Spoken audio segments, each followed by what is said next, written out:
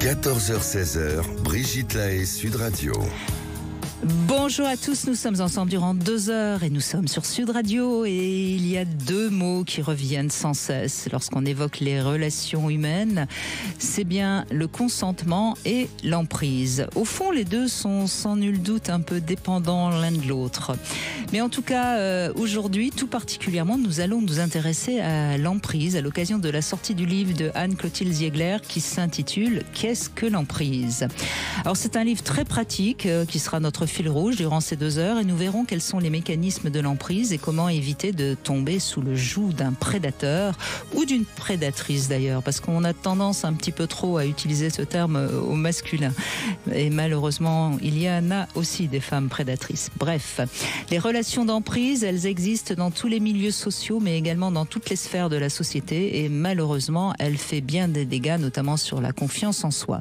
Mais bonne nouvelle, on peut s'en sortir, on peut aller mieux et c'est ce qu'on va essayer de vous aider à faire pendant ces 2 heures. Et si vous avez envie d'en parler avec nous, je vous invite à venir nous rejoindre en nous appelant au 0826 300 300. Et en programme aujourd'hui dans notre devise, nous verrons 3 manières de faire l'amour. En love conseil, comment draguer dans un café. En sexo conseil, qu'est-ce qu'un bon amant. Et notre débat du jour, en amour, on est forcément un peu sous emprise. C'est ce qu'on verra dans notre débat tout à l'heure. Anne-Clotilde Ziegler, bonjour, merci d'être avec nous. Bonjour Brigitte, merci de m'inviter. Je vous en prie, vous êtes psychothérapeute depuis de nombreuses années, notamment analyste transactionnel, vous êtes également formée à la Gestalt thérapie, bref, vous avez eu surtout envie de nous revenir avec ce livre, Qu'est-ce que l'emprise ? C'est aux éditions Solar. C'est un petit livre, mais un grand document que vous avez fait, qui va permettre peut-être de manière assez simple mais concrète aux gens de comprendre d'abord ce que c'est que l'emprise et comment éviter ou en tout cas comment s'en sortir si on est tombé sous l'emprise. Je faisais le lien entre consentement et emprise. Je vous ai vu vaguement sourire. Qu'est-ce que vous avez envie d'en dire ? Oui, que le lien est très juste. C'est-à-dire que l'emprise, c'est presque le contraire du consentement, le contraire du respect du consentement. Donc c'est vraiment ça. Pour s'assurer, par exemple, de ne pas être sous emprise, l'idée serait intéressante de s'assurer que dans la relation, son consentement est respecté et quand il ne l'est pas, de se poser des questions.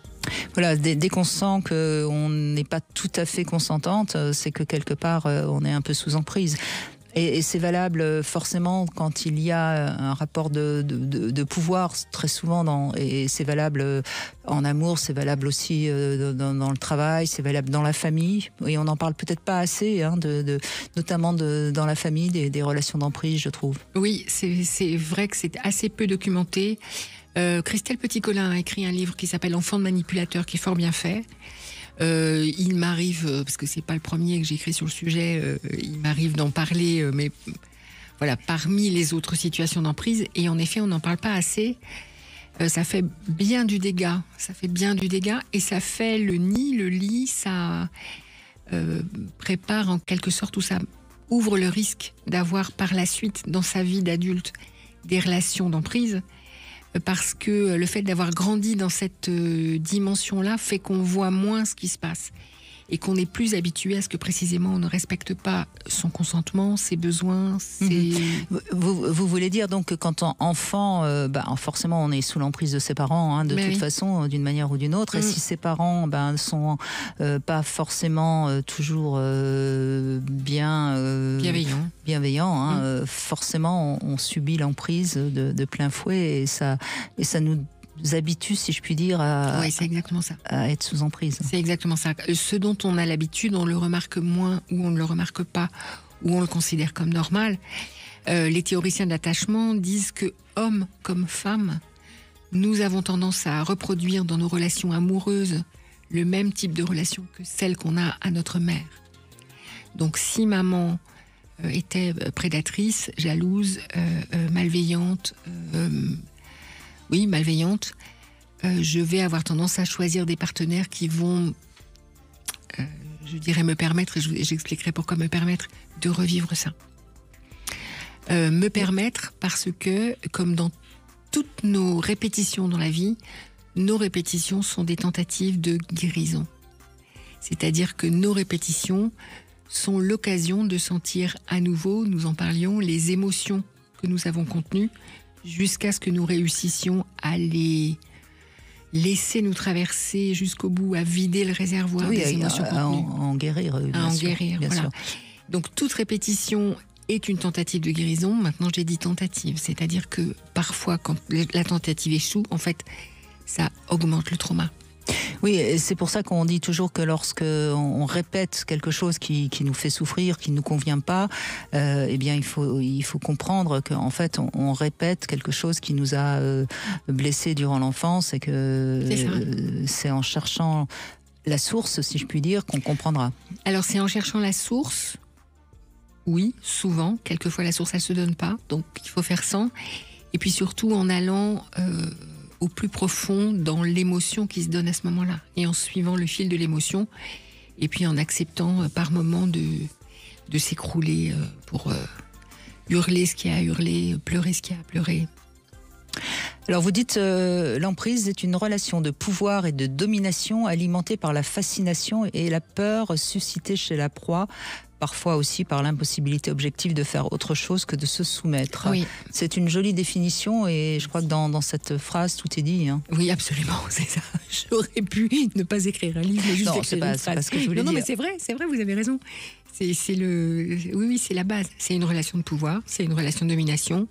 Le prédateur ou la prédatrice se campe dans un personnage fascinant, et puis il est fascinant parce qu'il est incompréhensible et mystérieux, donc on reste puissant aussi. Voilà, puissant parfois, ou mimant la puissance. Oui, enfin, je veux dire, en tout cas, la proie est fascinée par la puissance réelle ou imaginée du prédateur. Oui, c'est ça.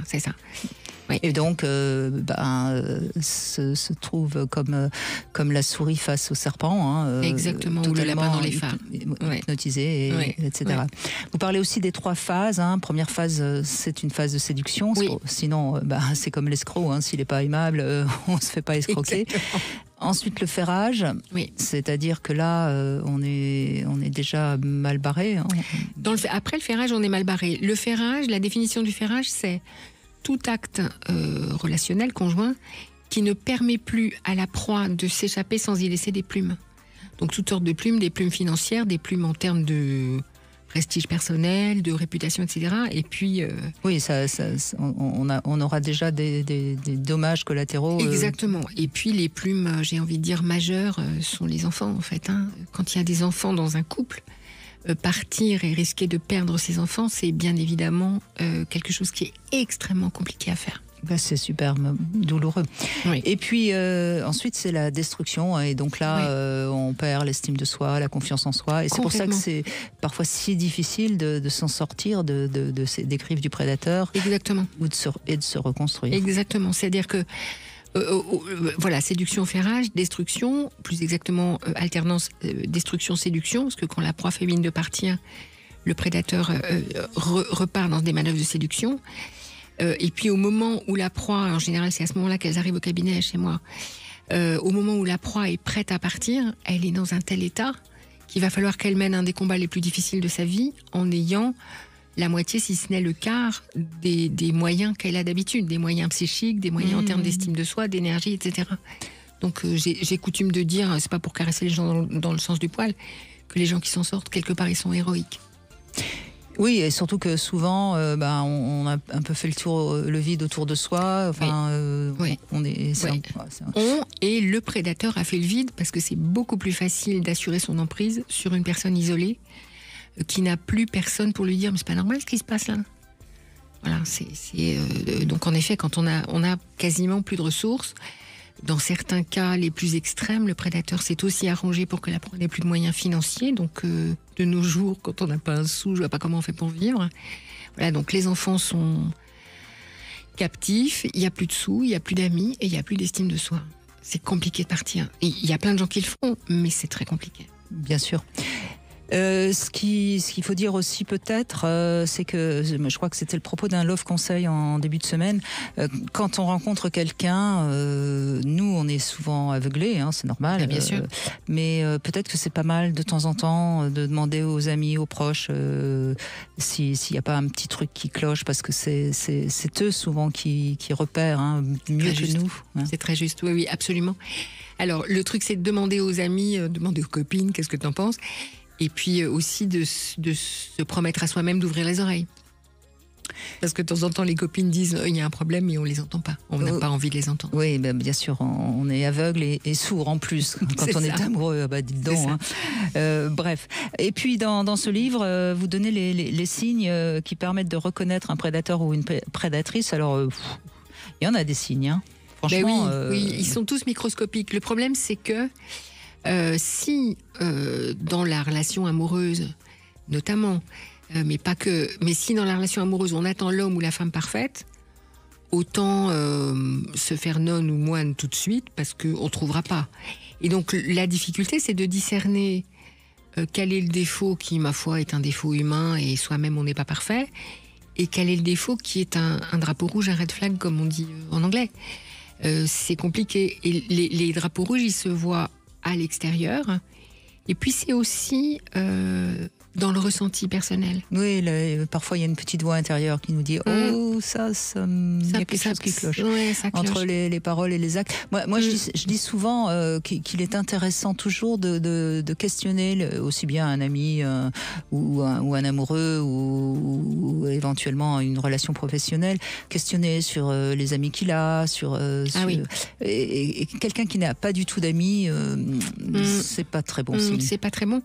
Ce qu'il faut aussi écouter, c'est comment il ou elle parle de son ex. Ah ça oui, parce qu'ils ont souvent des ex qui étaient vraiment pas bien. Hein, ah ouais, ils étaient complètement dingues, etc. Oui, c'est ça. Quelqu'un qui parle pas de son ex en bon avec terme. respect, voilà, on peut se déchirer, on peut se quitter, on peut ne plus s'aimer, mais quelqu'un qui n'arrive pas à parler avec respect de son ex, méfiance. Cela étant dit, quelqu'un qui dit toujours du mal des autres, on peut se dire qu'il dira du mal de nous de toute façon. Ça c'est évident. Ça c'est évident. Ah oui, ça c'est clair. Bon, eh bien, c'est à vous maintenant de nous raconter ce que vous avez vécu ou peut-être les doutes que vous avez sur quelqu'un qui est autour de vous et qui serait peut-être en train de vous mettre sous emprise. Vous pouvez nous appeler au 0826 300 300. On se retrouve tout de suite. 14h-16h, Brigitte Lahaie, Sud Radio. Qu'est-ce que l'emprise ? Anne-Clotilde Ziegler nous le dit dans ce livre paru aux éditions Solar qui vient de sortir, qui est tout à fait d'une couleur magnifique, assorti à mon chemisier. On ne pouvait pas faire mieux. Hein. Et puis nous avons Béatrice qui est avec nous. Bonjour Béatrice. Bonjour, ravie de vous retrouver toutes les deux. Bonjour. Donc, à l'époque, c'est Anne-Clotilde qui m'a fait prendre conscience que j'avais justement un problème dans mon couple. Ah super. Eh ben, écoutez, tant mieux, vous en êtes sortie grâce à elle. Disons que j'en ai pris conscience grâce à elle. Et mais parce que vous écoutiez l'émission où elle était là, c'est ça ? Et j'avais appelé un jour et voilà, où elle était présente et voilà, elle m'a dit ouais, mais là effectivement un petit problème. Voilà, mais en fait, comme toute femme sous emprise, j'avais quand même peur des représailles, je pense. Mais oui. Et j'arrivais pas à trouver de solution parce qu'en fait, il habitait chez moi. Et en plus, quelque part, excusez-moi, je vous coupe, Béatrice, mais j'ai remarqué que très souvent, le prédateur va aller s'installer chez la personne en question. Hein. Ah oui, c'est très fréquent. Oui, c'est très fréquent. Le prédateur est un voleur. Donc, il vole tout ce qu'il peut, à commencer par un logement. Être logé gratuitement, c'est quand même cool. C'est ça, c'était gratuit, effectivement. C'est ça. Il payait pas de part de loyer. Bah non. Ah bah non. Non. Et puis en plus, plus ou moins au chômage. C'est ça. Travaillant que très rarement. Puis se faisant bien voir après partout, bien vu par tout le monde. Bon travailleur, quand il travaillait, très bon. Mais il mettait vite la zizanie. Enfin, il y avait toujours un moyen de trouver l'excuse de quitter le travail vite fait, bien fait. Après, ce qui très amoureuse aussi, mais il était aussi un très bon beau-père pour ma fille. Ah, ça c'est rare et c'est chouette. Ah ouais, mais voilà, c'est un peu ce qui m'a fait aussi rester parce que voilà, ça se passait très très bien avec ma fille qui était jeune à l'époque. Mais est-ce que c'était une manœuvre justement d'emprise, d'être un très très bon père pour votre fille, un très bon beau-père, pardon, parce que ça peut être une manœuvre de séduction et d'emprise, hein. Alors, je ne sais pas, parce qu'il a également des neveux et nièces, et c'est vrai qu'avec les enfants, après, il avait un côté très immature, hein, donc ça passait très bien avec les enfants. Hein. Ce côté-là aussi, voilà.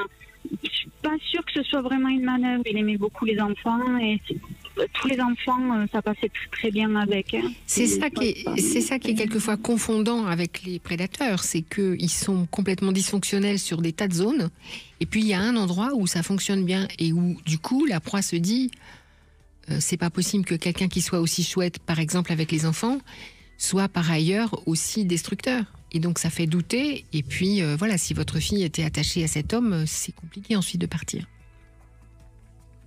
Et c'est vrai qu'il avait de très bons côtés. À côté de ça, voilà, comme tout prédateur, c'était le jour et la nuit.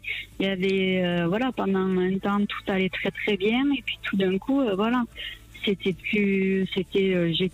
nulle, je valais rien, et puis j'ai en plus ce petit côté sauveur, n'est-ce pas? Qui fait que voilà. Alors, ce qui est peut-être intéressant à expliquer pour ceux qui nous écoutent, Béatrice, Anne-Clotilde vous confirmerez si vous n'êtes pas d'accord.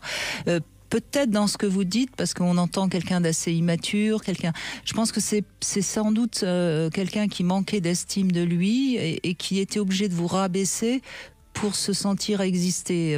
On est dans quelque chose de un peu différent de du grand manipulateur pervers qui de toute façon prend plaisir à détruire sa proie. Alors tout à fait, parce que son père le diminuait énormément, ses sœurs également. Après, effectivement, en faisant des examens orthophoniques et tout, c'est vrai que ça avait été mis en évidence qu'il avait quelques problèmes au niveau QI, on va dire. Voilà, il avait un QI un petit peu en dessous de la moyenne. Et donc, voilà. Mais en attendant, ça avait très bien, oui, me dire oui, tout d'un coup, j'étais la meilleure des mères, ceci, cela, et me disant le lendemain, mais non, mais c'est ta mère qui a raison, tu vaux rien, t'es une mauvaise mère. Voilà, c'était, je l'aimais jamais assez, c'est pour ça qu'il allait voir ailleurs, il partait, il revenait, il partait, il revenait. Enfin, et comment vous vous en êtes sortie aujourd'hui, Béatrice? Oui. Alors, j'ai eu une chance, parce qu'il y a quand même eu de la violence. Et un jour, chose qui n'arrivait pas habituellement, il m'a agressé devant ma fille. Et là, ma fille s'est mise à hurler là-bas.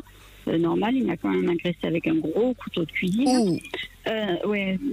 Pour ma fille, ça reste quand même une image assez... Oui, un trauma, oui. Elle a été suivie, mais donc elle me dit, ça reste une image dans ma tête. Bon, c'est un peu normal. Et donc, un voisin mitoyen a de suite appelé la gendarmerie et porté plainte. Et du moment que ce n'est pas moi qui ai porté plainte, ça a été vraiment très... c'est ce qui m'a sauvée, parce que du coup, il ne pouvait pas s'en prendre à moi.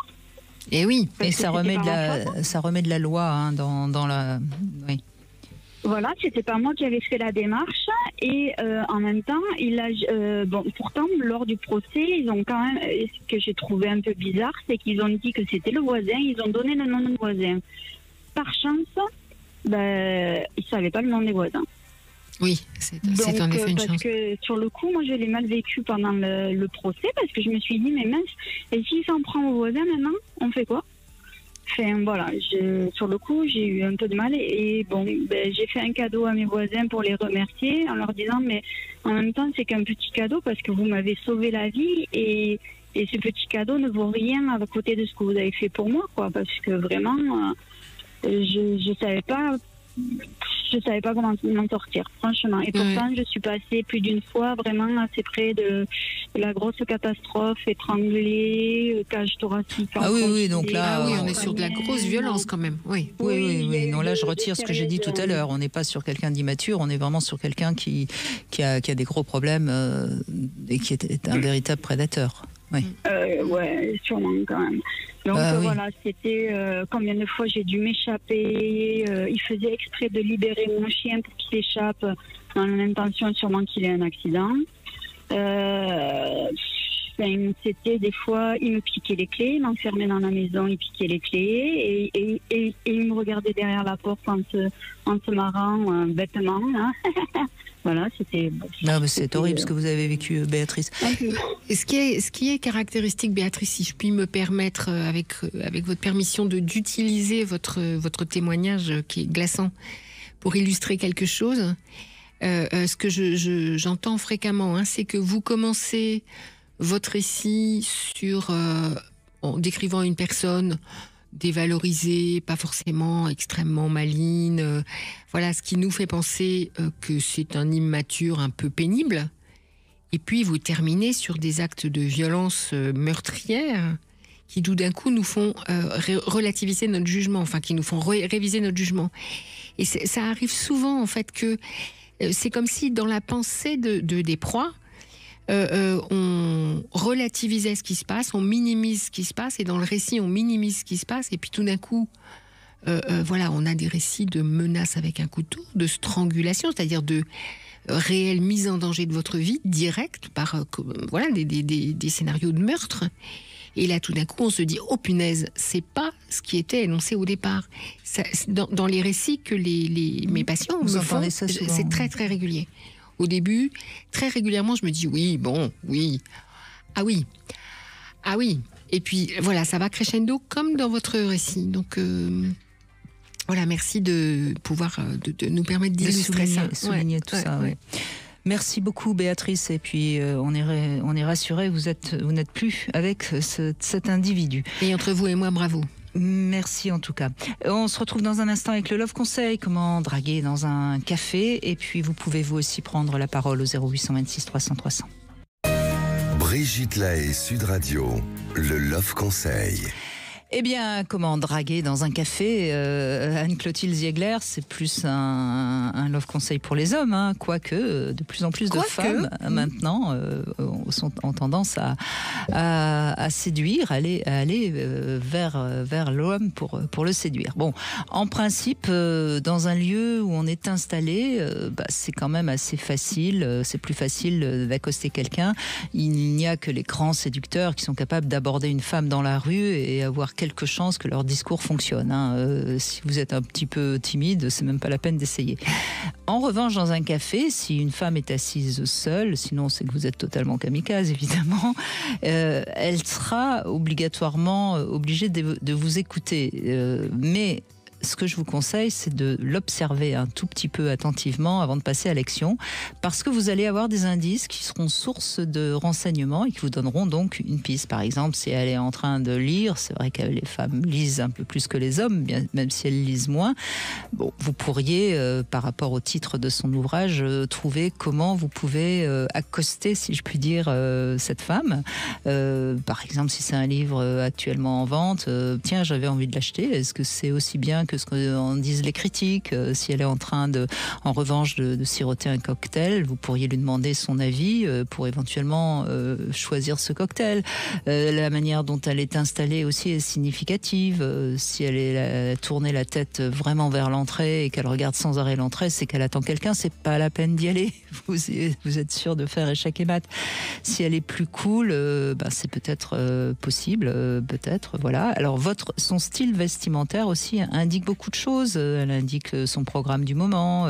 C'est vrai qu'une femme qui est habillée en grande sportive avec des baskets, c'est pas la même chose qu'une femme qui est un petit peu sur son 31, parce que ça veut dire qu'elle a peut-être un rendez-vous d'affaires ou elle aura peut-être pas le temps. Bref, tout ça vous permet d'avoir des indices sur vos chances éventuelles. Et puis, je crois que dans un premier temps, essayez juste peut-être un sourire dire vis-à-vis d'elle quelque chose qui serait assez clair, et vous verrez bien comment elle répond. Et puis si elle répond pas, si elle détourne la tête, vous n'aurez pas perdu grand-chose et vous aurez au moins essayé. Et puis moi je pense qu'il ne faut pas hésiter parfois à oser carrément y aller. Excusez-moi, je sais que je vous dérange. Déjà, vous annoncez la couleur, hein, mais je vous observe depuis tout à l'heure et j'ai eu envie de venir vous voir. Est-ce que... voilà, je pense que normalement, une femme qui est à peu près normale ne devrait pas renvoyer avec fracas cet homme qui aurait cette politesse-là, non ? Ah oui, complètement. Ça m'est arrivé il n'y a pas très longtemps, j'ai trouvé ça charmant. Alors c'était non, mais voilà, j'ai pas du tout envoyé le monsieur sur les roses, j'ai juste décliné en disant que ça me faisait grand plaisir quand même et bonne journée. Voilà, mais il était venu en disant excusez-moi de vous déranger. Exactement. C'est ça. Exactement. Bon. Avec, non pas précisément comme un prédateur, prêt à fondre sur moi et à faire litière de mon consentement, mais comme un gentilhomme. Un gentleman. Un gentleman qui me dit je vous trouve charmante, est-ce que vous seriez d'accord pour... Là, je vois pas où est le problème, franchement. Oui. C'est pas du harcèlement, on est bien d'accord. On est bien d'accord. Émilie est avec nous. Bonjour Émilie. Bonjour Brigitte et Anne-Clotilde. Bonjour Émilie. Alors, je vais vous parler de mon père qui était toxique. Et en fait, je m'en suis rendu compte qu'à la trentaine. Et je me souviens quand on était petit, il nous criait dessus comme un fou pour des broutilles. Et puis des fois, il nous parlait plus. Et puis du jour au lendemain, il nous reparlait comme si de rien n'était. Et alors que avec les personnes à l'extérieur de la maison, c'était l'homme le plus gentil du monde. Il n'y avait que nous, donc mes frères et ma mère, qui connaissions vraiment le personnage. Oui, la double personnalité du père, hein, oui. Et à 31 ans, suite à des problèmes de santé, je suis retournée m'installer chez mes parents. Et j'ai très mal vécu son comportement.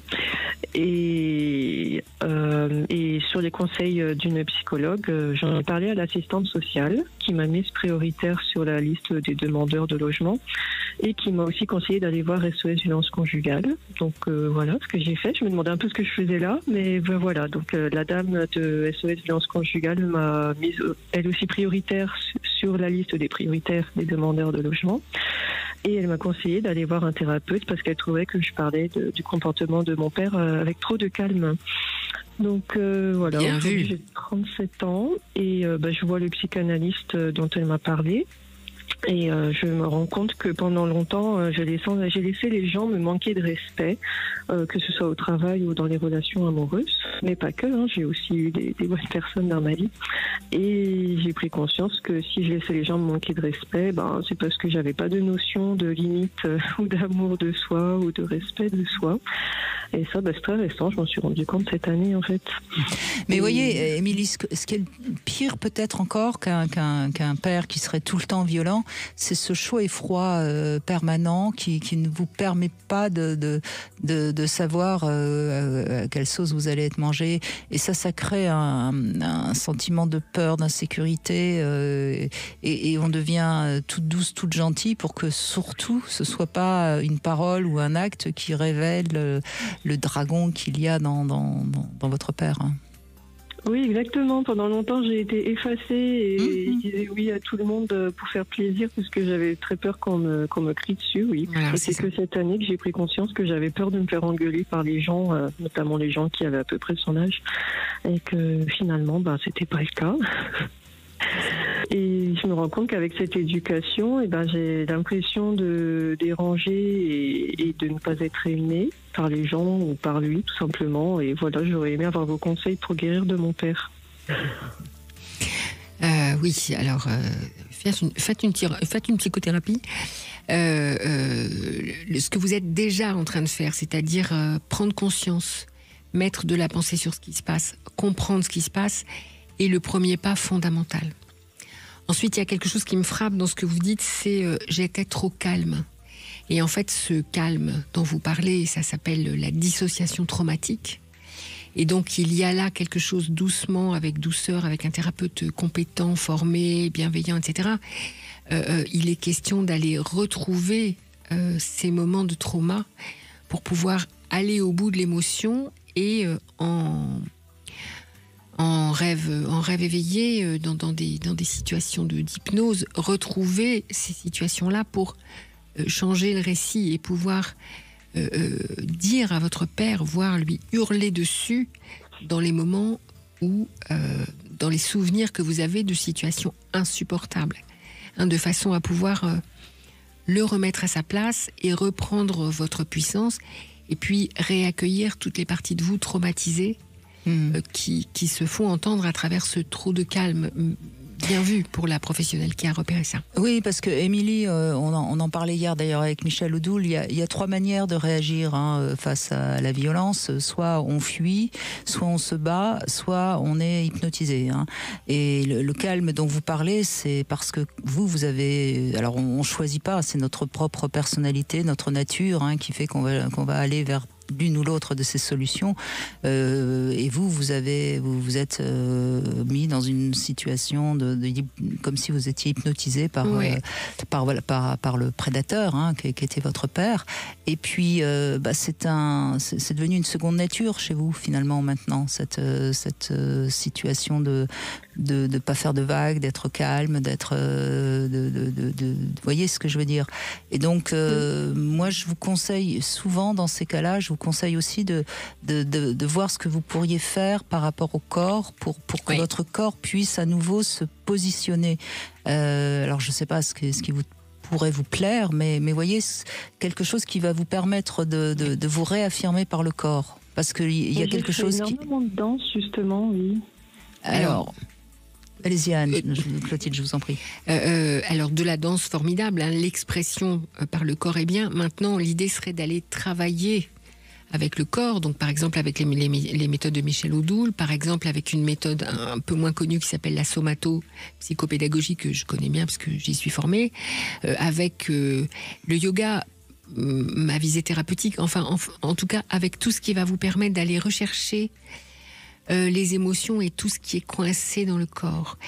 Ce qui fait qu'on est dissocié, c'est le mécanisme du psychotraumatisme qui se joue en 3 temps.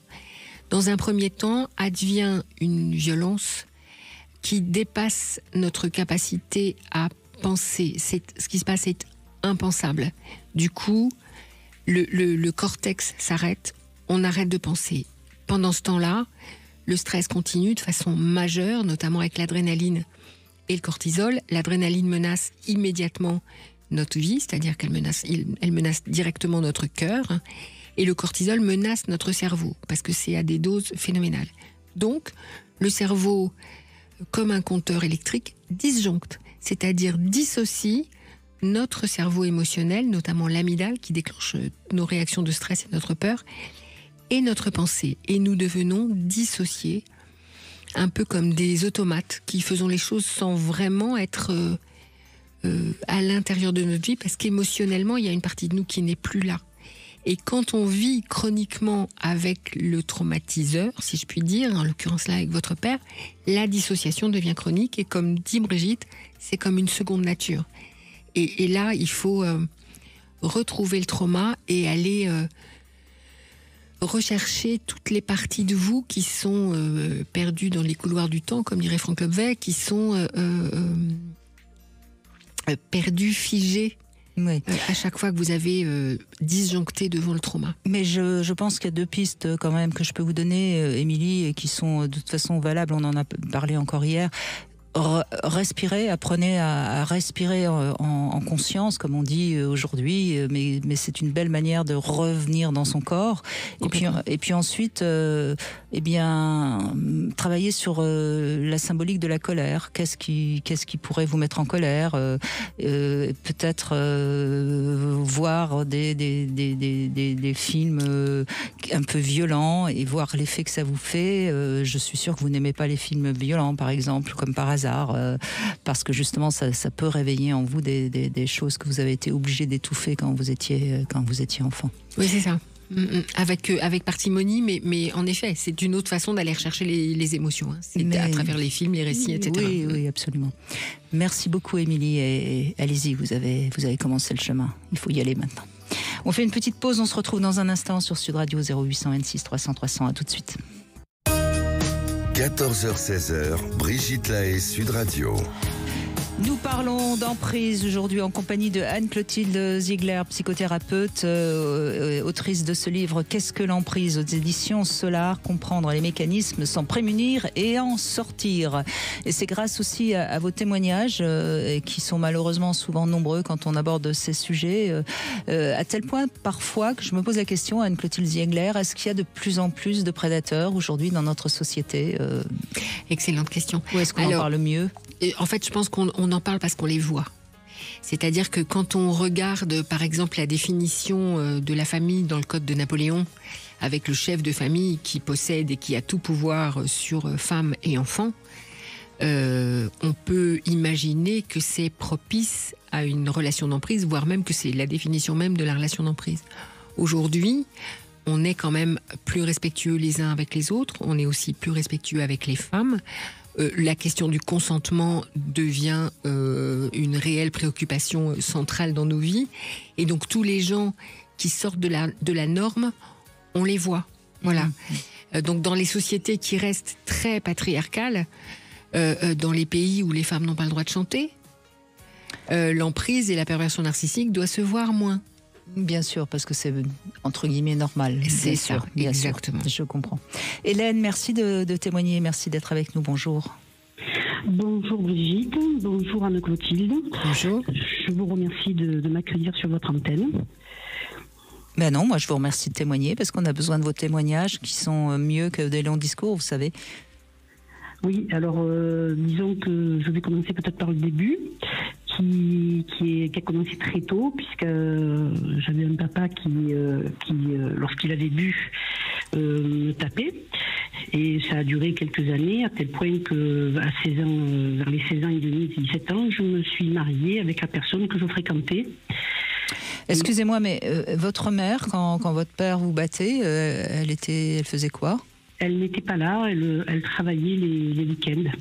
D'accord, donc il profitait de l'absence de votre mère pour vous battre, pour s'en prendre à vous, et vous ne pouviez pas en parler à votre mère. Excusez-moi, hein, je suis obligée de souligner ça quand même, parce que... Alors, c'est-à-dire que ma mère, elle travaillait les week-ends, parce qu'elle travaillait dans un milieu hospitalier, et mon père, lui, toute la semaine travaillait, et il n'avait que le week-end pour aller au bar.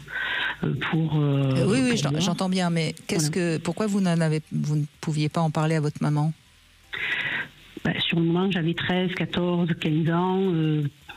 Peut-être que j'avais honte, je sais pas. Oui, mais encore une fois, je vous accuse pas. Hein, je trouve que c'est important de le souligner encore une fois, parce que quand un enfant n'ose pas parler à l'autre parent de la violence qu'il subit, c'est pas anodin. Hein. Oui, et je trouve, Hélène, c'est une double violence en fait. C'est ça que je veux vous dire, Hélène.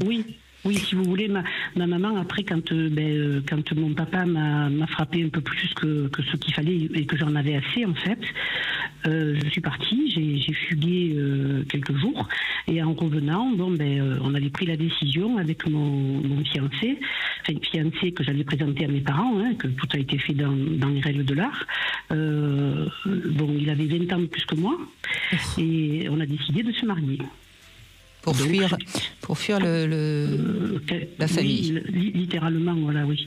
Et à ce moment-là, il fallait l'émancipation.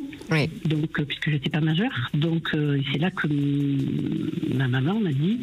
Et mon père s'était réfugié dans un hôpital psychiatrique, parce que comme j'avais fugué et que j'avais porté plainte au tribunal des enfants, donc tout a été mis à jour. C'est là que tout a été appris, et malgré ça, il a fallu que je demande pardon pour avoir l'émancipation. Après, voilà, je me suis mariée, et puis 2 ans après... Anne-Clotilde Ziegler, vous voulez peut-être réagir à ce que j'ai dit sur justement le fait qu'elle n'en a pas parlé à sa mère et que c'est quand même une double peine? Oui, alors je suis complètement d'accord, c'est une double peine, et en fait, ce qui était marquant et ce qui est régulier dans le témoignage d'Hélène, c'est la honte. On n'en parle pas parce qu'on a honte, et souvent... Les abusés, d'une manière générale, ont honte. Les gens qui vivent les abus qu'Hélène raconte ont honte. Les femmes qui se font violer ont honte. Les enfants qui se font incester ont honte et ne disent pas par honte. Voilà. Et c'est en effet double peine. Rappelons que la culpabilité, c'est par rapport à soi et que la honte, c'est vis-à-vis des autres. C'est le regard que les autres poseraient sur nous qui nous font honte et c'est donc pour ça qu'on n'en parle pas. Absolument. C'est une jolie façon de le dire. Oui, absolument, tout à fait. Oui, peut-être, oui. Oui, non, mais c'est... Je ne me souviens pas, j'ai quand même un peu occulté cette période-là. Bien sûr, Hélène, mais c'est important que vous compreniez aussi que vous n'y êtes pour rien si vous n'avez pas su en parler à votre maman. Exactement. C'est parce que en parler à votre maman, c'était montrer que vous n'étiez pas une fille bien, puisque votre père vous battait. Enfin, vous voyez, c'est vous qui pouvez interpréter. Moi, je vous donne juste une piste comme ça, générale. Et c'est important de bien comprendre ça parce que le fait de ne pas pouvoir appeler au secours, parce qu'en quelque sorte c'est ce qui se passe quand on ne peut pas en parler à l'autre parent, on ne peut pas être secouru, ça crée d'autant plus un sentiment d'insécurité permanent. Et c'est pour ça que je voulais le souligner dans votre témoignage, Hélène. Vous comprenez ? Oui, après la vie a fait que j'avais une petite sœur, donc je m'occupais de ma petite sœur, j'allais au collège, je m'occupais de la maison, et puis peut-être 30 ans ou 35 ans après, ma mère m'a dit, mais pourquoi tu me l'as pas dit ? Pourquoi tu m'as pas dit que ton père te battait ? J'ai dit, maman, tu as vu la plainte que j'ai déposée au juge des enfants, donc tu étais pertinemment au courant. Donc voilà, donc ça c'est comme ça. Et puis après je me suis mariée et en fait je suis tombée dans un piège parce que avec mon père c'était une pression violente, physique, oui. Et avec le père de mes enfants ça a été psychologique. Oui.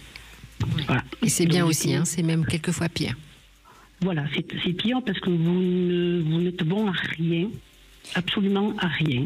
Oui, et puis vous comprenez pas pourquoi vous vous détruisez à petit feu, puisqu'il n'y a pas des coups, il n'y a pas des choses qui sont concrètes, quoi, si je puis dire. C'est très insidieux, la violence invisible. Tout à fait. Les coups, il ne pouvait pas me les donner parce qu'il savait très bien que avec mon père, c'était ce que j'avais reçu. Et je lui avais dit, si toutefois tu me lèves la main, tu m'agresses, à ce moment-là, je pars de la maison avec les enfants. Je ne resterai pas insensible, inactive. Et ça a duré 16 ans. Et puis au bout de 16 ans, comme je faisais toujours plus, sans aucune reconnaissance, ni rien, il était jaloux, il était possessif, exclusif, enfin, bref, tout le panel. Tout le panel, voilà, du narcissique, et voilà, j'ai vécu comme ça et je me suis battue comme j'ai pu. Voilà, donc quand on est amoureux, je pense qu'on peut accepter des choses, mais pas complètement après. Non, c'est ça. Alors, votre témoignage me touche, Hélène, parce qu'on a l'impression que quelque part, il y a encore quelque chose qui n'est pas totalement dépassé. Et donc, si vous voulez, on vous reprend après les infos et puis on va peut-être essayer de creuser. J'ai l'impression, je sais pas, c'est l'impression comme ça que j'ai en vous écoutant, Hélène. Je sais pas ce que vous en pensez, Anne-Clotilde Ziegler. J'ai l'impression qu'Hélène minimise un petit peu tout ce qu'elle a traversé durant toutes ces années. Est-ce que c'est aussi quelque chose que vous entendez souvent, je suppose ? Oh oui. Ben oui. On l'a vécu, on l'a traversé et on n'en est pas mort. Donc on se dit, au final, c'est peut-être moi qui en fais tout un fromage, alors que finalement, c'était pas grand-chose. Et puis la violence psychologique et le harcèlement, c'est en fait un ensemble de petits coups d'épingle qui, pris individuellement, sont pas si graves. Donc c'est compliqué de se rendre compte que c'est extrêmement destructeur à terme. Oui, mais c'est peut-être en même temps en prenant conscience que c'est réellement dévastateur qu'on peut mieux surmonter tout ça, me semble-t-il. C'est le début du chemin. C'est ce que j'appelle se remettre à penser, c'est comprendre ce qui s'est passé et comprendre que non, c'est pas rien, c'est grave. Oui. Donc on va vous retrouver, Hélène, si vous le voulez bien, après les infos. Et puis si vous avez vous aussi envie de témoigner, 0826 300 300, on se retrouve tout de suite. 14h-16h, Brigitte Lahaie, Sud Radio. Nous sommes aujourd'hui avec Anne-Clotilde Ziegler à l'occasion de la sortie de ce livre « Qu'est-ce que l'emprise ?» aux éditions Solar. L'emprise qui provoque évidemment beaucoup de souffrances qu'on trouve dans tous les domaines. Alors évidemment dans cette émission on parle surtout de l'emprise dans le domaine amoureux, parce que évidemment c'est une émission où on parle d'amour, mais l'emprise ce n'est évidemment pas de l'amour, on est bien d'accord, ne mélangeons pas tout. Avant de redonner la parole à Hélène, je vous propose de décoder la petite devise du jour. Il y a 3 manières de faire l'amour. Alors je vais faire une comparaison avec la danse. Il y a 3 types de danseurs. Il y a ceux pour qui la danse c'est un exercice physique. Il y a ceux qui vont exprimer leurs émotions à travers la danse, qui vont donc y mettre beaucoup de cœur, si je puis dire. Et puis il y a ceux qui ont le sentiment d'être reliés à l'univers, et quand ils dansent, ils ont un peu l'impression de s'envoler, de s'évader, de partir dans une sorte de transe. Eh bien, je crois qu'on peut dire la même chose de l'activité sexuelle. Alors, tant qu'à faire l'amour, autant le faire peut-être avec le sentiment d'être relié à l'univers, non ? Ah oui. Ça, c'est joli. C'est très joli. Le tantrisme, c'est une pratique, au départ, c'est une pratique spirituelle, oui. Oui, comme ça, on s'envoie vraiment en l'air. C'est ça, si je puis dire. Alors, Hélène, merci d'être restée avec nous. Je trouve dans votre témoignage que vous avez tendance à minimiser un petit peu tout ce que vous avez traversé. Vous imaginez le nombre d'années qu'on vous a maltraité, qu'on ne vous a pas respecté. Est-ce que vous êtes, est-ce que ça vous parle un peu ce que je vous dis ? Oui, tout à fait. Si vous voulez, le paradoxe, c'est que toutes ces années où après je me suis mariée, j'ai eu des enfants, j'ai élevé mes enfants, je suis allée travailler vers les 4 dernières années de notre mariage, qui m'a ouvert les yeux. Cette période-là m'a ouvert les yeux, et c'est parce que il a fallu que je me batte pour avancer, pour m'occuper de ma famille. Et ensuite, quand je suis divorcée, donc, je me suis retrouvée confrontée avec des enfants, à chercher un travail, un appartement, sans études, puisque je n'ai pas poursuivi mes études. Voilà. Et à me battre.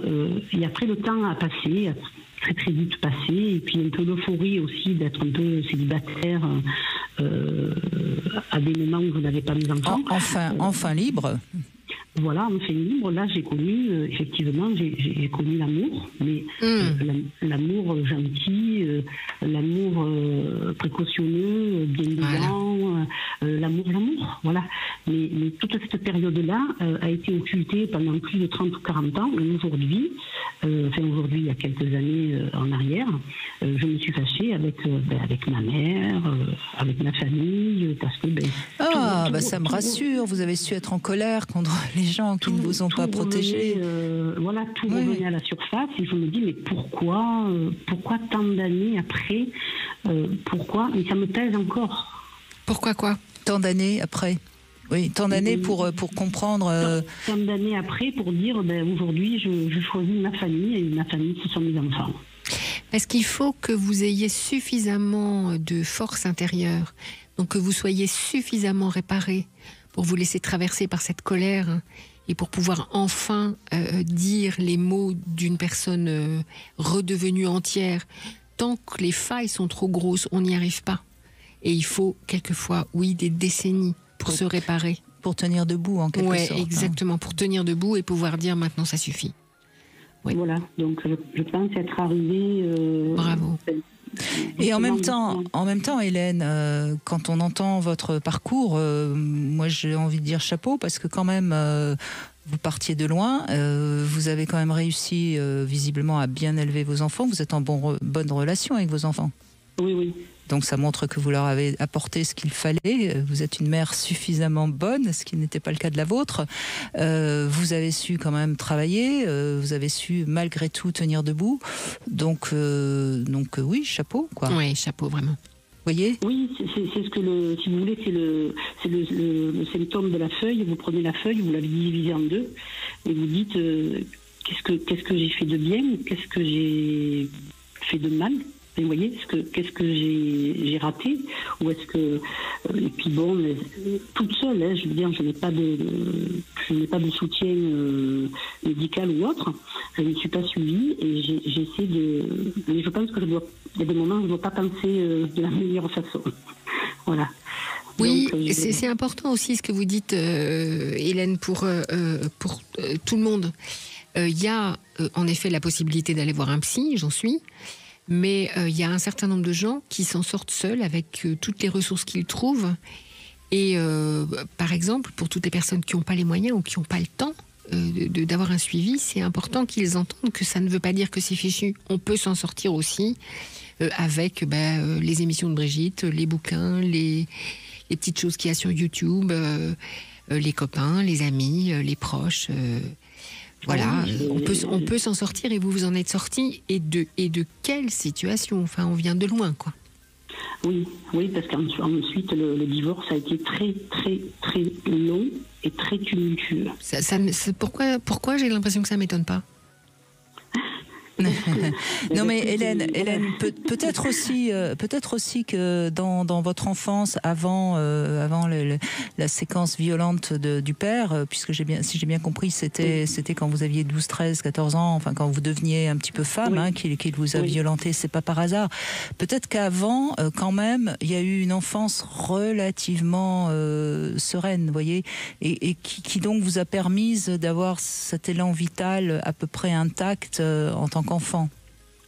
Disons que quand ma sœur est née, j'avais 9 ans. Oui. J'ai eu droit, j'avais un frère aîné. Et mon frère aîné m'a obligée à faire des choses. Donc j'ai pas été violée, mais oui, ça dépend quoi comme chose. Hein. Abuser quand même. Et s'il vous a obligé à faire une fellation, c'est du viol. Hein. Voilà, masturbation. Après ma sœur est née, et ça s'est arrêté là. Et après, quelques années après, c'est mon père qui était violent quand il buvait. Et voilà, donc après, j'ai eu le mari psycho... Oui, mais avant 9 ans, je sais pas que je veuille absolument avoir raison, hein, c'était plus calme, Hélène, mais voyez, parfois il y a un grand-parent, il y a quelque chose de résilience. Il y a des piliers quand même qui nous permettent de nous sentir... parce que l'enfant, naturellement, il est dans la joie, dans l'envie de vivre, dans l'émerveillement et ce qui est, enfin, à force d'écouter malheureusement tout ce que les gens ont subi durant leur enfance, je me rends bien compte que plus on est maltraité jeune, plus ça fait des dégâts. Vous êtes d'accord avec ça, Anne-Clotilde? Oui, j'ai pas voulu renouveler, si vous voulez, les embûches qui m'ont été imposées, si vous voulez, par la vie, ont fait que j'ai anticipé, j'ai pas voulu retomber sur ces embûches-là. Oui, et puis vous avez certainement une grande capacité d'amour au sens large du terme, et c'est en ça que vous êtes... Oui, ça me permet d'avancer, effectivement, mais bon, j'ai toujours des pensées, c'est très lourd, c'est pesant, mais bon, je me dis aujourd'hui, je suis presque plus vers l'hiver que vers l'automne, je viens à peine de prendre ma retraite, donc j'aimerais que ces années qui me restent soient plus paisibles et calmes. Je vous le souhaite. Mais vous en avez envie, vous en avez le désir, donc regardez-les avec cette vision-là, et ça sera plus agréable, bien sûr. Je voudrais profiter de votre témoignage, Hélène, qui est vraiment très précieux, parce qu'alors vous, on peut dire que vous êtes une cumularde. Hein. Je voudrais en profiter. J'espère que beaucoup de parents nous écoutent, et de parents inquiets parce qu'ils ont des enfants avec l'autre parent qui est toxique. Et bien souvent, ils sont inquiets en ayant l'impression que les enfants ne vont pas s'en sortir. Et vous êtes un exemple, Hélène, de ce qu'une personne avec, comme dit Brigitte, un vrai amour, une force de vie, un courage et probablement une intelligence importante peuvent s'en sortir malgré les épreuves cumulatives que vous avez traversées.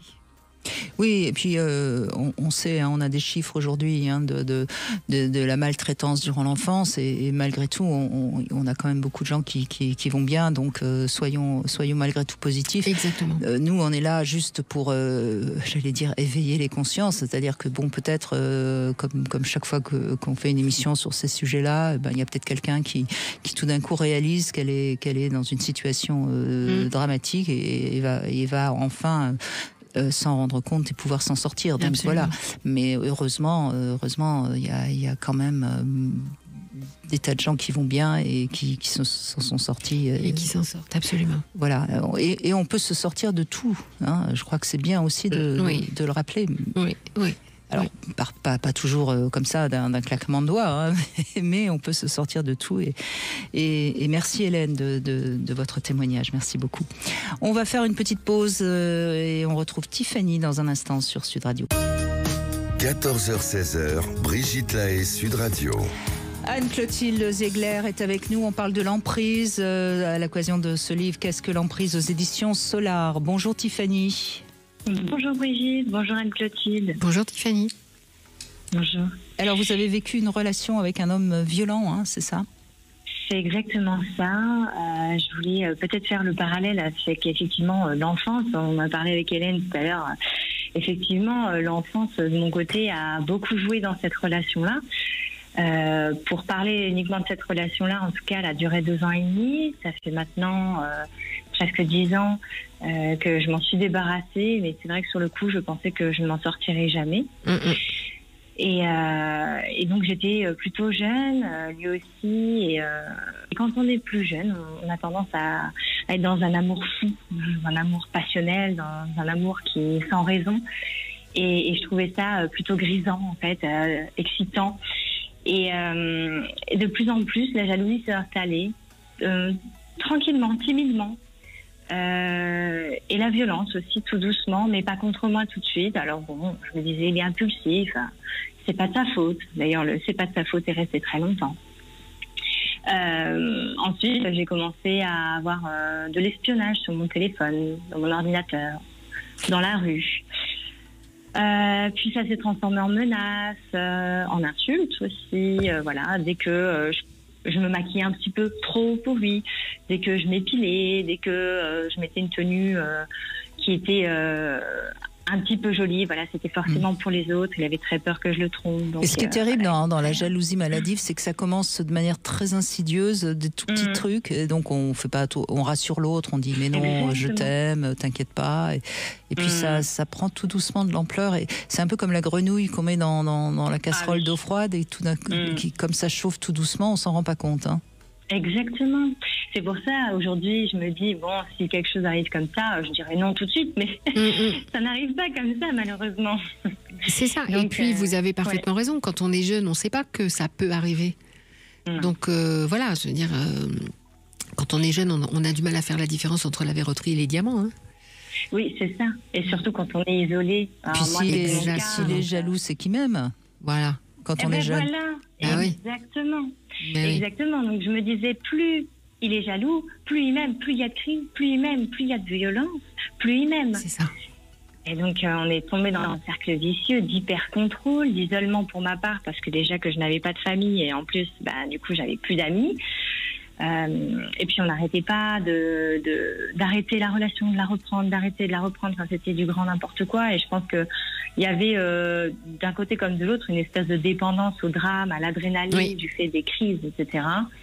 Et ça, sur le coup, j'en avais pas du tout conscience. C'est après que j'en ai pris conscience. Et voilà, il y a eu beaucoup d'humiliation aussi. Il y a eu du chantage au sexe. Ça, c'était quelque chose qui était terrible parce que quand j'y repense aujourd'hui, j'ai beaucoup de peine pour moi. J'ai dû prendre de la drogue, j'ai dû prendre des fois pas mal d'alcool en fait pour pouvoir répondre à ses besoins sexuels. Mais pour pouvoir me faire violer en fait, oui. Vous preniez de l'alcool pour accepter qu'il vous prenne, c'est ça, c'est pas lui qui vous forçait à prendre de l'alcool.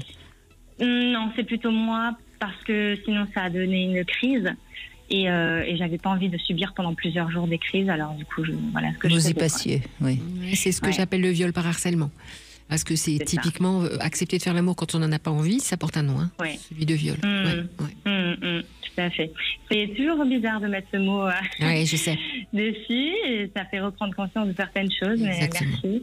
Exactement. Et donc voilà, ensuite il y a eu des coups qui ont été niés d'ailleurs. Il y a eu des plaintes, mais bon, ça n'a rien donné. Ça allait jusqu'aux menaces de mort. Oh là Et oui. Alors pareil, hein, on a porté plainte, etc. Mais bon, des menaces de mort, ça reste des menaces, madame. Il ne vous a pas frappé, il n'y a pas de marque, donc. Non, mais c'est triste, mais en même temps, c'est malheureusement, je veux pas défendre spécialement les gendarmes et la police, mais malheureusement, c'est la loi. Hein. Tant qu'il n'y a pas eu un réel acte de violence qui a pu être constaté, malheureusement, ils ne peuvent pas prendre la plainte. Alors après, est-ce qu'il faut peut-être changer la loi, hein, mais pour l'instant, la loi est là. Elle est comme ça.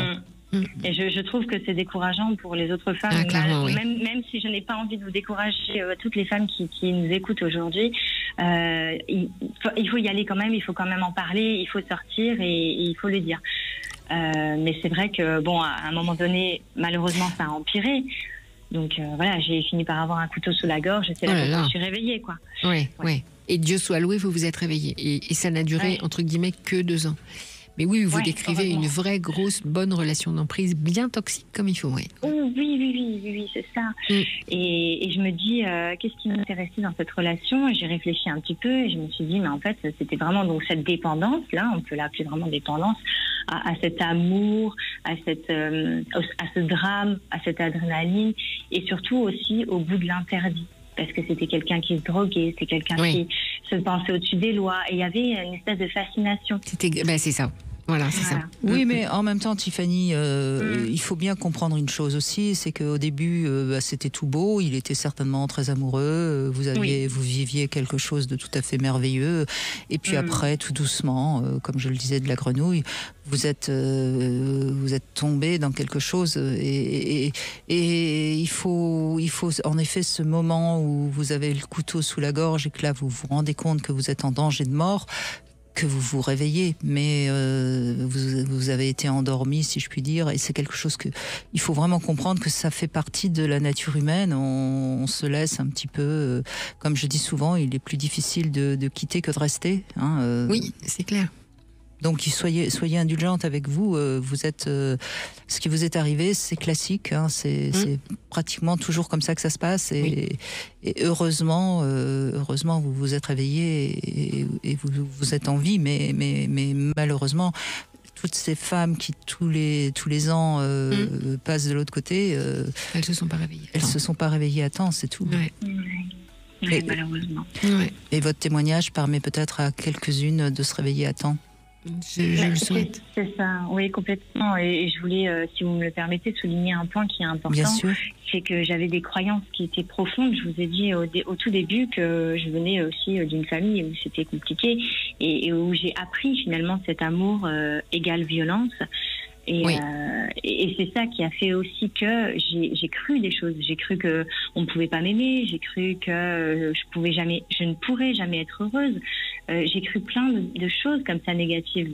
Et c'est ça aussi qui m'a fait rester, parce que de toute façon, c'était le seul qui pouvait m'aimer. Et oui, ça c'est tellement important ce que vous dites. Oui.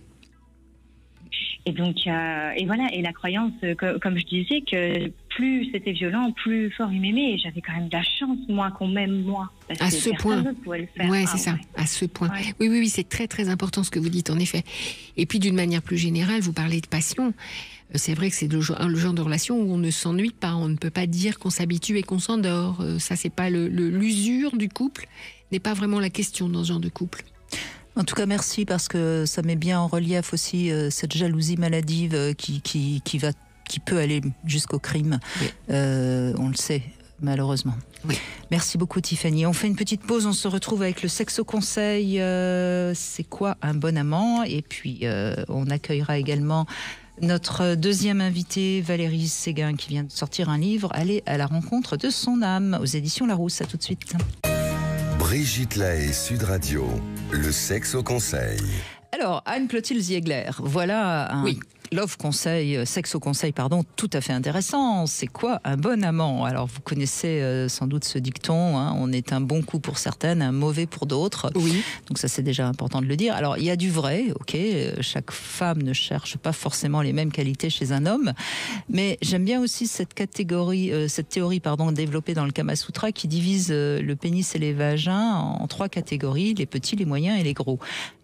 Et donc une petite verge va trouver un petit vagin et ça sera bien, ça s'emboîtera, c'est bien. Et ça, c'est quelque chose dont on ne parle pas beaucoup, qu'on n'ose pas dire. Alors, trop petit, ça rentrera toujours, mais trop gros, ça peut ne pas rentrer. Voilà, donc parfois, il y a quand même ce petit élément très, très anatomique qui n'est pas totalement anodin. Voilà, donc c'est important. Ensuite, les hommes qui sont de bons amants, en général, ne sont pas inquiets de leur capacité à être un bon amant, donc de leur performance, tout comme ils n'ont pas l'angoisse de ne pas réussir à faire jouir leur partenaire. Donc un bon amant, c'est déjà un homme qui se sent bien dans sa position et dans sa virilité et qui, en règle générale, a envie d'être bien avec sa partenaire et qui a plutôt tendance à essayer de développer ce qui est la sensualité, qui sont donc des qualités essentielles pour bien réussir ce qu'on appelle les préliminaires et qui sont si importants pour la majorité des femmes. Ensuite, la capacité à se maintenir en érection, un peu plus que quand même 3 minutes, sinon c'est toujours un peu frustrant pour les femmes. Alors, je ne dis pas que toutes les femmes ont besoin que le coït dure des heures, mais en règle générale, 10 minutes est un petit peu le minimum syndical, si je puis dire. Et ensuite, garder un tout petit peu d'énergie encore après l'orgasme afin d'échanger quelques instants de tendresse. Ça aussi, ça fait partie des qualités du bon amant. Voilà. Bon, c'est pas si compliqué que ça, messieurs. Allez, à bon entendeur. Voilà, bon, alors après, évidemment, on pourrait en dire beaucoup plus, mais je crois que ça fait déjà on a un petit peu fait le tour. Anne-Clotilde Ziegler, nous allons accueillir maintenant Valérie Séguin qui est avec nous. Bonjour. Bonjour Brigitte. Vous êtes donc l'autrice de ce livre, Aller à la rencontre de son âme, aux éditions Larousse, une enquête fascinante pour se reconnecter à son moi profond. Alors vous avez d'abord été chef d'entreprise, et puis tout d'un coup vous avez réorganisé votre vie professionnelle pour notamment être réalisatrice, et vous vous êtes intéressée beaucoup à l'invisible, à l'au-delà. Et dans ce livre, vous évoquez justement ce qu'est l'âme, cette énergie intérieure, et j'aime bien cette image d'énergie intérieure. Alors en effet, parce que ce sont d'ailleurs des médecins qui le disent, que pour eux l'âme c'est nos corps énergétiques, donc on a effectivement notre corps matière et des corps d'énergie, et nos corps énergétiques représenteraient l'âme, et en fait ce serait une énergie intelligente et également aimante. C'est finalement quelque chose de totalement abstrait dans l'absolu, mais qui devient très concret une fois qu'on est en relation, si je puis dire, avec elle. Ça vous va, ça, comme... Absolument, parce qu'en fait, c'est vraiment une expérience intérieure. Donc, quand on est en relation avec elle, on le sent parce qu'on a une paix intérieure. C'est vraiment quand on a accès à cet espace, quand on a fluidifié justement ces énergies, et qu'on est vraiment, on fait un avec ces énergies, eh bien, on sent une paix intérieure, une joie intérieure, ce qui fait que ça fait un espace de sécurité à l'intérieur de soi. Vous racontez aussi votre propre parcours. Vous étiez une grande sportive et puis vous avez eu des problèmes au genou. Et on avait Michel Odoul qui était avec nous hier. On sait à quel point le corps peut nous aider justement à nous relier à notre âme. Oui, tout à fait. C'est d'ailleurs comme ça que j'ai découvert aussi qu'on avait un corps énergétique, puisque moi, c'était il y a une trentaine d'années, j'étais très sportive, j'avais 30 ans, complètement fermée à tout ce qui était spirituel.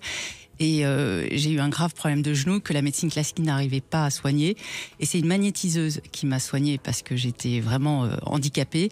Et elle m'a enlevé toutes mes douleurs. Donc juste en imposant ses mains quelques centimètres au-dessus du corps. Et elle m'a dit, là, je viens de réparer votre corps énergétique parce qu'il y avait une cassure au niveau du genou. Pour moi, les corps énergétiques, c'est l'âme. Et peut-être que ce qui vous arrive aujourd'hui, c'est un message de votre âme pour que vous commenciez à vous occuper d'elle. Et c'est comme ça que j'ai commencé un cheminement vers mon âme. Et elle avait raison, parce qu'on est quand même 30 ans plus tard et je marche sans problème. Oui, bien sûr. Moi, je vais le dire comme ça, c'est un petit secret, mais j'ai du magnétisme, donc je sais de quoi vous parlez. Mais c'est vrai que c'est assez fascinant parce que on arrive à découvrir l'endroit où la personne a mal sans toucher. C'est quelque chose d'assez, c'est magique en quelque sorte. Hein. Oui. Donc c'est pour ça que c'est intéressant. En tout cas, ce livre, c'est pour ça que j'ai eu envie de vous inviter. Je trouve que ce livre est une manière, comment dirais-je, assez pratique et grand public de comprendre de quoi on parle quand on parle de l'âme. Et je trouve que vous montrez bien que ça part du bas du corps, qu'il faut aller vers le cœur, et puis qu'ensuite on peut accéder à cette énergie intérieure. Alors effectivement, parce que ces corps énergétiques, l'idée c'est justement de les fluidifier et qu'ils circulent correctement et en nous. Donc ça nécessite, alors on parle de chakras effectivement, mais ça peut être juste des roues d'énergie. Les Indiens appellent ça chakra, mais en Occident on peut appeler ça roue d'énergie. Et effectivement, il faut que ces roues d'énergie ne soient pas bloquées ou l'énergie trop puissante dans certains endroits et moindre dans d'autres. Vous parlez de l'instant présent, évidemment. Oui, parce que c'est dans cet instant présent qu'on se relie à l'âme. C'est-à-dire, quand on n'est pas dans... En fait, le corps est important parce qu'on a tendance à vivre dans notre tête. Et notre tête, dans notre mental, on est soit dans le passé, soit dans le futur, et rarement au présent. Alors que quand on est dans le corps, quand on ancre sa conscience dans le corps, on est dans l'instant présent. Et c'est là qu'on découvre qu'on a une âme et cet espace de paix et de joie, de confiance à l'intérieur de soi. C'est moi qui ne cesse de répéter que le corps ne mange jamais. Aujourd'hui, on parle avec Anne-Clotilde Ziegler de l'emprise, de ces relations toxiques qu'on peut connaître, qu'on a tous plus ou moins connues de près ou de loin, de manière intense ou très provisoire. Est-ce que finalement ce ne sont pas des épreuves qu'on nous envoie pour justement nous réaligner à nous-mêmes ? C'est possible. Personnellement, c'est une épreuve qui a fait que quelque part je me suis effondrée, parce que pour atteindre justement cet alignement des énergies, il faut aussi que la sensibilité soit à nu, donc sans carapace.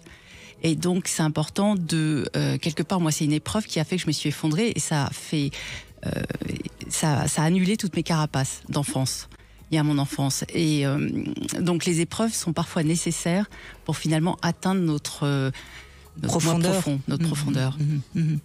Et c'est peut-être aussi ce qu'il faut comprendre, c'est que dans une épreuve, on va tomber, on va même peut-être souffrir beaucoup, et c'est peut-être pour ça justement qu'on essaye de ne pas la traverser pleinement, et pourtant c'est en la traversant pleinement qu'on peut se relever et justement rencontrer son âme. Absolument, parce qu'effectivement, c'est vraiment quand on va au fond de soi et qu'on a vraiment libéré tout ce qui est carapacé, tout ce qui est forteresse en nous. Donc dans l'épreuve, parfois, quand on s'effondre, qu'on découvre son âme. C'est ce que dit d'ailleurs une psychiatre, la psychiatre Yasmine Liénard dans le film L'âme et dans le livre. Et en même temps, vous dites les épreuves ne sont pas indispensables pour s'ouvrir à soi. Vous croyez vraiment ? Moi, je crois pas. Pour avoir rencontré des gens qui parfois n'ont vécu rien de bien dramatique, ils sont franchement très chiants.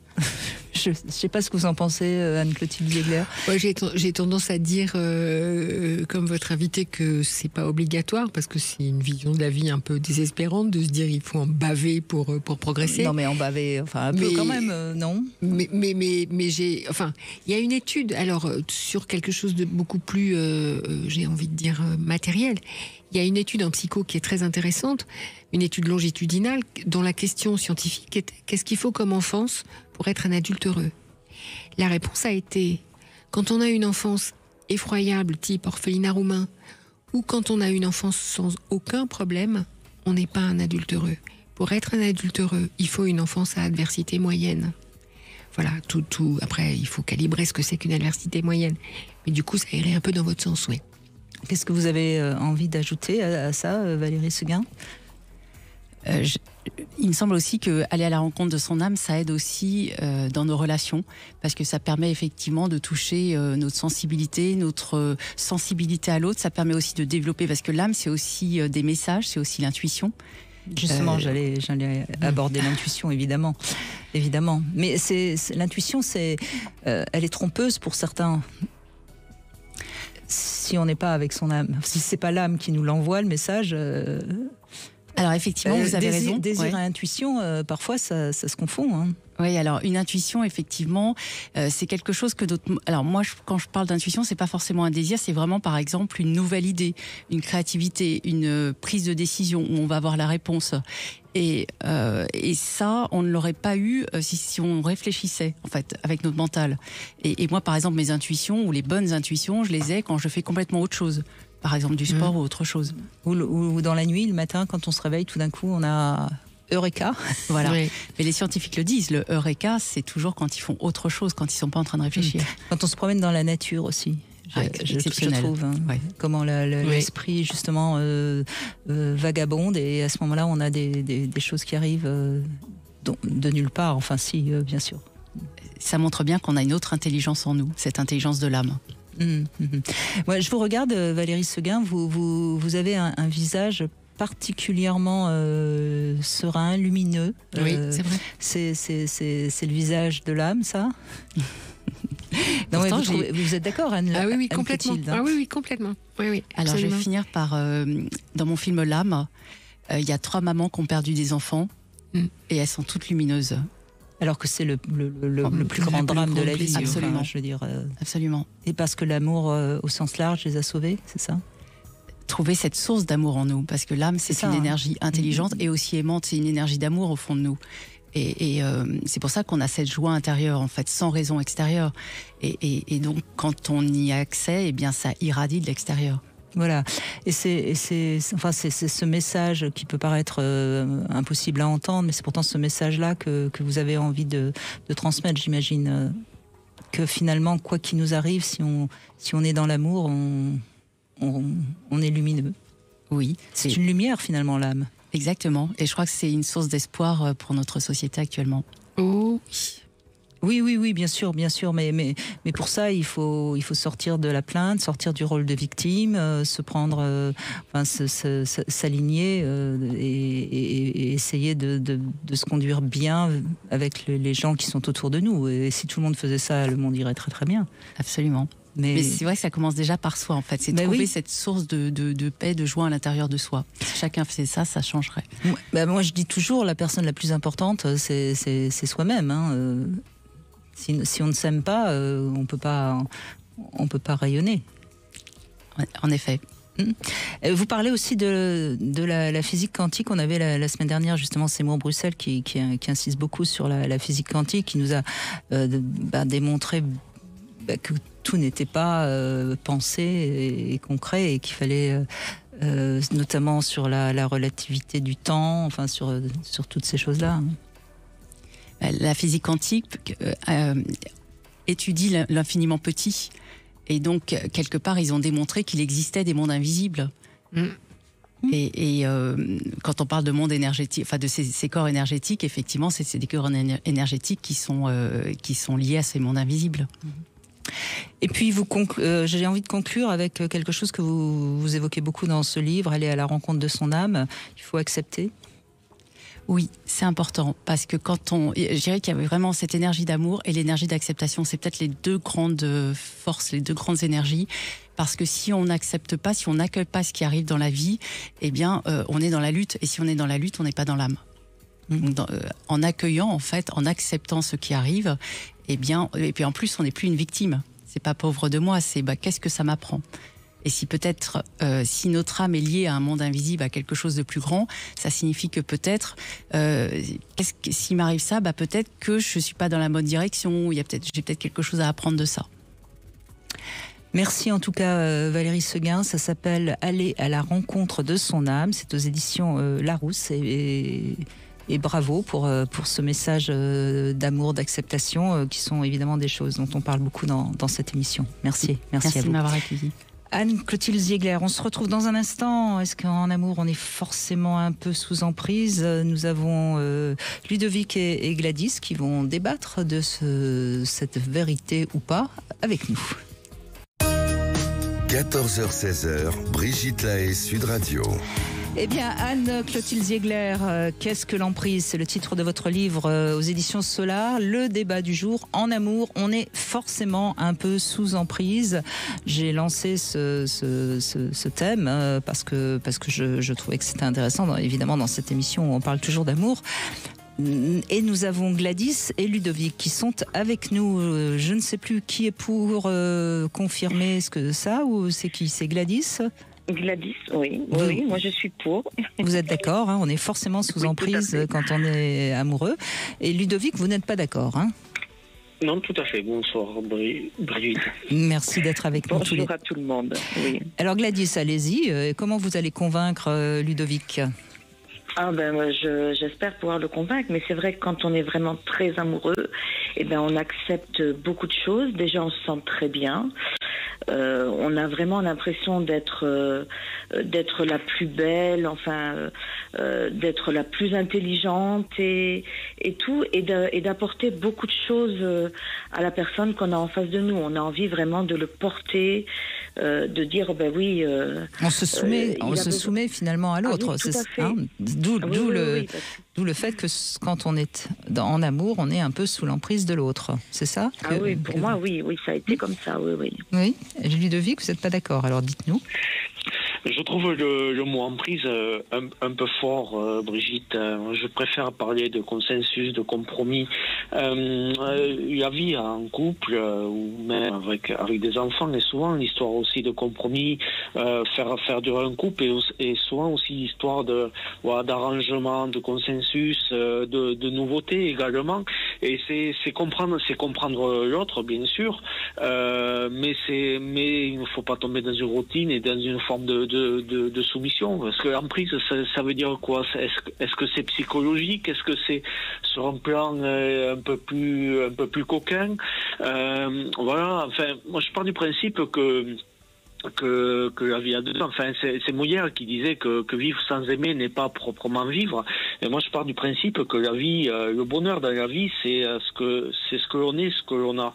Et c'est souvent un équilibre à trouver, et la vie à deux, c'est aussi un équilibre à trouver sans soumission. Oui, mais ce qu'il y a peut-être, et c'est comme par hasard une femme qui nous dit que quand on est en amour, on est forcément un peu sous emprise. On sait quand même cette capacité qu'ont les femmes à se soumettre par amour, à accepter beaucoup de choses. Et puis tout d'un coup, 20 ans plus tard, à tout envoyer balader parce que justement, elles n'ont pas pu s'exprimer et exister comme elles auraient voulu. C'est pour ça que je pense quand même quelque part que oui, le risque souvent en amour, c'est d'être un peu sous emprise. Mais j'entends ce que vous dites, Ludovic, et c'est très juste. Anne-Clotilde Ziegler, comment vous tranchez tout ça? C'est à moi de trancher, mince. Oui, certes, quand on est amoureuse, d'abord on se sent belle, intelligente et on a envie de donner, et c'est bien normal et c'est très beau. On a envie de faire plaisir à l'autre. Et la frontière est mince entre faire plaisir à l'autre et se soumettre et renoncer à soi pour ne plus être que dans le champ du désir de l'autre, comme disait le psychanalyste. Maintenant, l'emprise, c'est à deux. C'est-à-dire que moi, je peux me sentir belle, intelligente, et me soumettre. Si l'autre n'en profite pas, on est juste amoureux. Si l'autre en profite pour me traiter comme une serpillière, là, je suis dans l'emprise. L'idée, c'est de ne pas vulgariser, de ne pas se méprendre sur le mot d'emprise. Les témoignages précédents nous ont montré jusqu'où ça peut aller. Donc, en effet, quand on est amoureux, on est attaché, on a envie de faire plaisir, on se sent aimé, c'est important, ça occupe tout l'espace de la pensée, etc. Mais c'est pas ça l'emprise. L'emprise, c'est sauvage. C'est une possession sans retour. Ce qui est intéressant, finalement, Anne-Clotilde Ziegler, c'est que vous êtes en train de dire que les deux sont responsables quand il y a emprise en amour. Finalement, c'est que celui qui se laisse mettre sous emprise, finalement, ne se respecte pas. Celui qui se laisse mettre sous emprise ne se respecte pas, ou alors commence à la manière dont le dit notre auditrice, c'est-à-dire tout doucement, et puis petit à petit, telle la grenouille, se retrouve cuite quand il est trop tard, c'est-à-dire que l'autre en profite. Voilà. Et que peut-être que nous, notamment les femmes, vous avez raison, on doit regarder ou apprendre à se mettre à aimer de façon moins sacrificielle. Être moins dans la position du sauveur ou de la sauveuse, plus exactement. On parle souvent de ça dans cette émission, et c'est vrai que vouloir sauver l'autre, c'est risqué en effet de se mettre sous emprise. Hein. Oui, vraiment. Il faut poser notre costume d'infirmière. Oui. Eh bien, en tout cas, merci Gladys. Vous avez dit les choses avec beaucoup de cœur, et merci Ludovic, parce que c'était en effet très très juste aussi ce que vous disiez sur la relation en amour. Donc voilà. Donc méfiez-vous, hein, aimez, parce que c'est tellement important l'amour. Je crois que c'est même notre valeur la plus extraordinaire. Mais ouvrez l'œil. Pas à n'importe quel prix. Voilà. Normalement, ça doit nous rapporter du bonheur et de la joie, et pas autre chose, évidemment. C'est ça, la psychiatre Stéphanie Husso dit, normalement, être amoureux, ça rend heureux. C'est tout à fait juste. En tout cas, merci Anne-Clotilde Ziegler. Qu'est-ce que l'emprise? C'est aux éditions Solar. Je l'ai dit en début d'émission et je le dis en fin d'émission. C'est un petit guide pratique qui permet vraiment à tous ceux qui se questionnent encore sur ce qu'est l'emprise d'avoir les réponses, hein, quels sont les mécanismes, comment on reconnaît quelqu'un qui pourrait être un prédateur. Et ça, c'est important, parce que vous avez, je crois, oublié aucun trait du prédateur, donc vous aurez de quoi vous préserver si vous le désirez. Merci beaucoup Anne-Clotilde Ziegler. Avec grand plaisir. Merci à tous. Tout de suite, vous retrouvez Alexandre Delevanne pour C'est votre avenir. Et lundi, nous serons avec Emma Becker, romancière, et on va se poser la question, les femmes sont-elles plus libres aujourd'hui? Sont-elles toujours sous emprise de la société? Non, là je plaisante. Et puis, comment devenir une femme libre? Vous aurez des conseils pendant 2 heures, mais ça vous permettra peut-être justement d'être encore plus heureuse.